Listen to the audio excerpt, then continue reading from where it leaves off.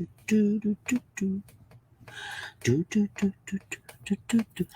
kia ora, good morning and welcome to a super fantastic sparkling Shake It Up Saturday. Yes! Got a short time before I have to get online for my mastermind group, which is my Shake It Up for the day. But I did have a Shake It Up evening last night. But before we get to that, what are you doing today to shake up your weekend? What new things are you trying? New places you are going? What's happening that would help shake up your Saturday, give you something out of the ordinary that you don't normally do? I know that here in Arizona, there's a show I would love to go to. It's a home and garden show, and it's all tiny houses. They got a whole display of tiny houses. I'm like, oh, I so want to go to that, but it's on at the same time that I'm in my mastermind class, so that won't be happening. I don't know if they go tomorrow, but then I've also got an appointment with a client tomorrow too, so I'm not going to get there. And I don't even know where it is, so I've got to look on a map to see where it is. But yes, there's a tiny home show on this weekend, and they've got all these different tiny homes on display and all of that sort of thing. And kind of like the tiny homes. They're kind of like an RV. They just don't travel as much. They're a little more permanent. But anyway, so I got my night shaken up last night. As you didn't do my live till like around 11 last night, I think it was. And then after that, I was getting ready. I had this song going through my head that I have not heard in over 30 years. So I'm going to leave it at over 30 years. Would that be about right? No, maybe a little longer than that. Maybe 30 over. I'm just going to say over 30 years. It could be 33, it could be 35, it could be 36. I don't know, but it's over 30 years. And it kept buzzing in my head last night, and I was like, I need to figure this out. And I was trying to get the lyrics going because I know the lyrics, and I was just trying to remember them, but I couldn't get past a certain point. And you know how when you've got lyrics going through your head and you always get stuck on that one thing. And so I was typing in lyrics for the song and putting and that's coming up with some other thing. I'm looking at the lyrics going, no, that's definitely not the right song. And so then finally, I actually put the name of the song in with the guy that I knew who sang it, and up popped this YouTube video. And I'm like, no way. And the picture on the YouTube video was the cover of the very first vinyl record I ever purchased. And I would have purchased this thing this record back in, it just come out. Was I in high school yet? No, it's still in middle school.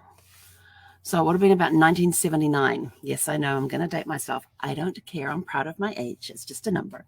Yes, this was back in excuse me. Oh, I have my water bottle over there. Where's my water? Over there. So back in 1979, this album came out, and this ties into our story of the day. What are one of your favorite holiday and vacation memories? So we were living in this little town called Fielding at the time, and my mum's parents, my nana and papa, lived in the city nearby, which was about maybe a 30-minute drive, and from where we lived to their place. And so I would go over there on weekends, or because they had a girl that they fostered when she was a baby all the way through to adulthood. They were basically her parents that time. So she was kind of, I guess, my foster aunt, but it felt more like a sister. I never had a sister, so I guess that's what it felt like. But we had a lot of fun together. We grew up together. She's 2 years older than me, and we had a lot of fun. We did have a falling out, and we're starting to repair that again. So my Nana and Papa would take it. They were members of the Palmerston North Operatic Society. And so they would get all these first things for musicals and shows and all of that. And they took us to see Joseph and the Amazing Technicolor Dreamcoat, which absolutely loved that. Have known that musical for years. After I watched it first on stage back in the 70s, and absolutely loved it. And they had the lead singer was a guy who played Joseph, was a guy called Rob Guest. Now, if you've been following me on my lives and that, you would have heard me talk about Rob Guest a few times. He is the first actor on stage that I got to see that I took a liking to because I just loved his voice. He had such an incredible vocal voice and was singing all over the place, and it was just beautiful. It was a beautiful voice to listen to. And then a couple of years later, he was back at the Opera Theatre in the musical Half a Sixpence, and he played Kip. And if you've never seen that one, it's I mean, there's a movie of it with Tommy Steele, I think it is. Oh my gosh. It's a musical from the 60s that they made into a film called Half a Sixpence. I actually have it. I think I actually got it on Prime. Yeah, it's on Prime. And it's my way I could remember the music. And he was the lead in that too. So I got to see him a second time. And again, incredible voice. Well, go to 1979. We had moved from Fielding up to Waitara, and he had released his first album. It was called Dedication. And I saved up my money, and it was my first big purchase. As I went and bought this album, it cost me, I think it was $4.99. I think it was. It was less than $5. But I think it was around $4.99, somewhere around there. So I bought this, got it home, put it on my parents' record player. Yeah. And as they say, the rest is history. That I played that album so much, I wore it out. I had also recorded it onto a cassette. I wore that out as well. You can barely hear any sound on the cassette anymore. I still have the cassette. If I put it into a cassette player, you can barely hear the sound. The sound is so distorted and everything else. And I was so disappointed. But what I used to do when I put this record on and be on weekends is I would literally dance around the living room to the song. I knew every word on every song. I knew all the timing, everything. And I created dances for every song. Yes, I was a lot smaller and agile and flexible at the time. I've never really been flexible, but I was more flexible then than I am now. And I just had so much fun with that album. And, would create all sorts of scenes around the songs, and pretending to be on stage singing with them and all of this sort of stuff. It was just a young teenage thing, because of my tweens at the time. Actually, no, I did become a teenager that year. So I wore that album out, wore out the cassette that I had taped. So I probably haven't heard this album in definitely over 30 years.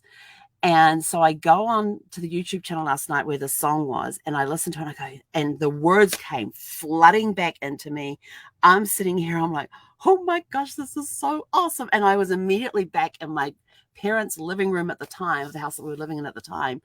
And I was sitting here, and I was going through all the dance moves from a sitting position.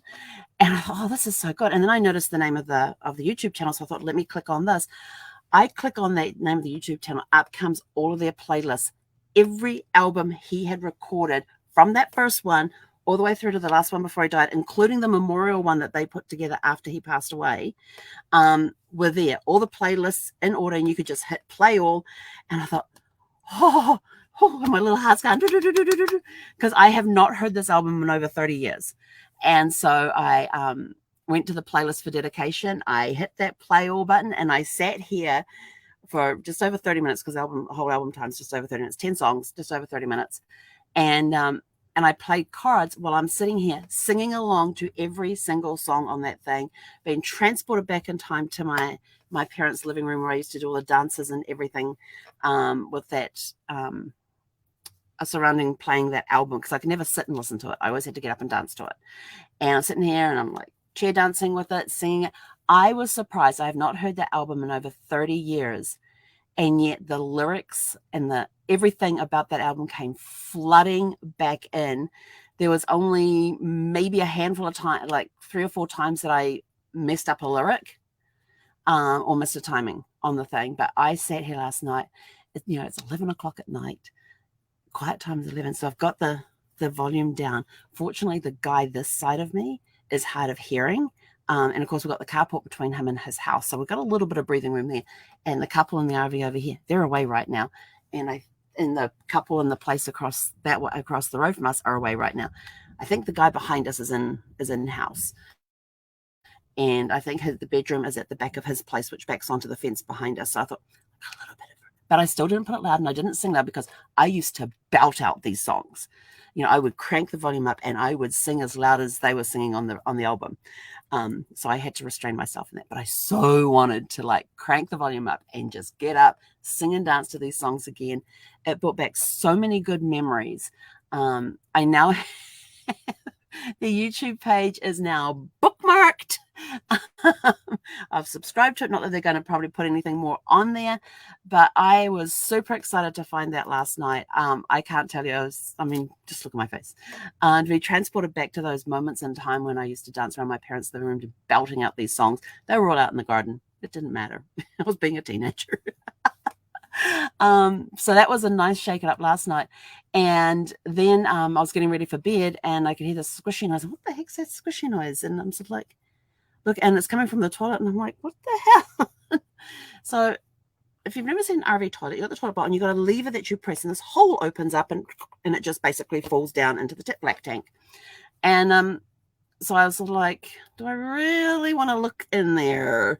And so I did, and so it was blocked. And I was like, great. So we're 11:30 at night, blocked toilet.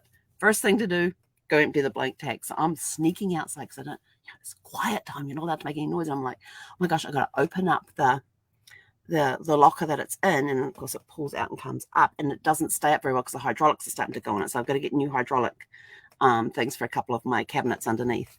And so very quietly, I'm like pulling the lever out slowly, making sure it doesn't bubble from the hose or anything like that. Got the flashlight going up and down.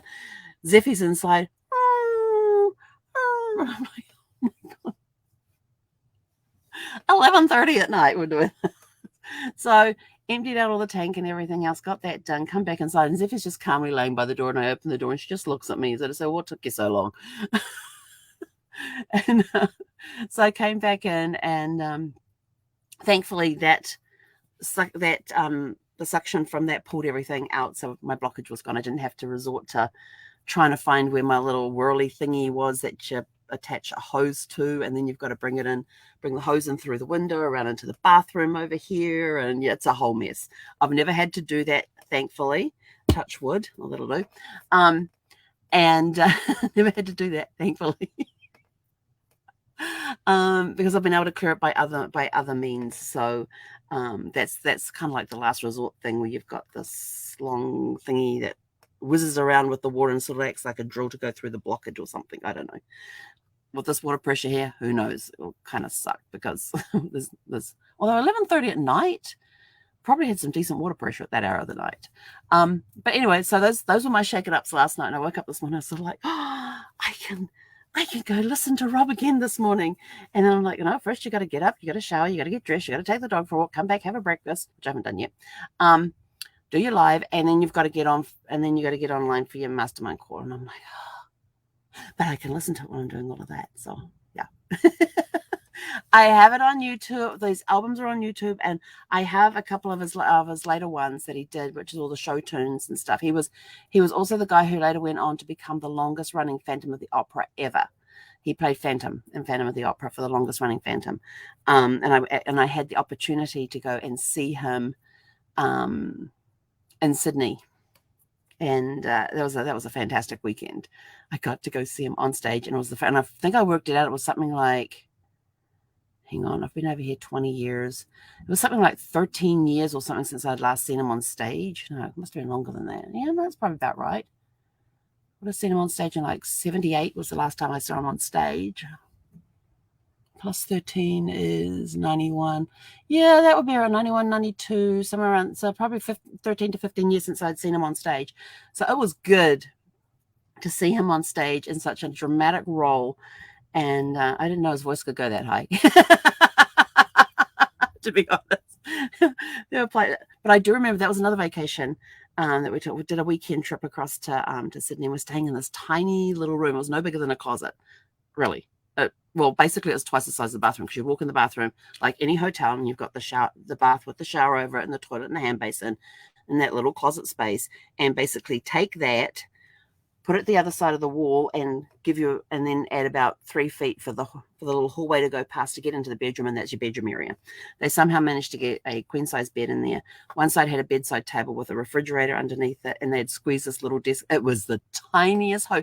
It was even, I will tell you this, how many of you have been on a cruise and you turn around and you go, these rooms are so small? Okay, think about that. If you've ever been on a cruise and you think about how small those cabin rooms were. This was smaller than a cruise ship cabin. Let me say it again. This was smaller than a cruise ship cabin. It was tiny. There was maybe 2 feet around the edge of the bed to move around. They had somehow squished a desk into the corner. I have no idea how they did that. We were in some tall, it was a commercial / residential building. There was shops down below. You go up to the next day where the hotel reservations were. Then there were floors with office levels. Then the hotel floor started, and then there were residents above that. It was a very interesting building. And we were 2 blocks from the tower in Sydney that has the revolving restaurant, which was, I think we're like 3, I have to look on the map again, 3 or 4 blocks from the theatre, because we walked to the theatre and walked back again afterwards. And we did have dinner up in the tower, and we walked everywhere in Sydney, except for when we were on the bus, the hop on, hop off bus and the metro train to get down to the ferry terminal to catch the ferry across to Manly to see the Manly Seahawks play whatever team they were playing in rugby league. It was a fun weekend, a good break from work and everything else. But yeah, I got to see him, and that was the last time I ever got to see him perform live in anything. And then he ended up passing away. When did he pass away?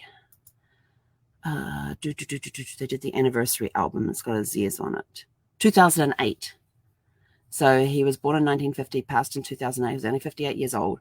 But yeah, he was definitely an incredible presence on stage. He was a very good actor and everything else, and his singing was superb. But anyway, I'm out of here. I got to go get ready for my mastermind group. So go out, have a super fantastic sparkling day. Shake your day up somehow. Shake it up. Mastermind is going to screw with my head today. I can tell you that right now. I'm going to get to, was it like 2, 3 o'clock this afternoon? I'm going to be like, I need a nap. Go out, have a super fantastic sparkling day, and we'll catch you guys back here later this evening around 6 p.m. Mountain Time. Hey, Conera.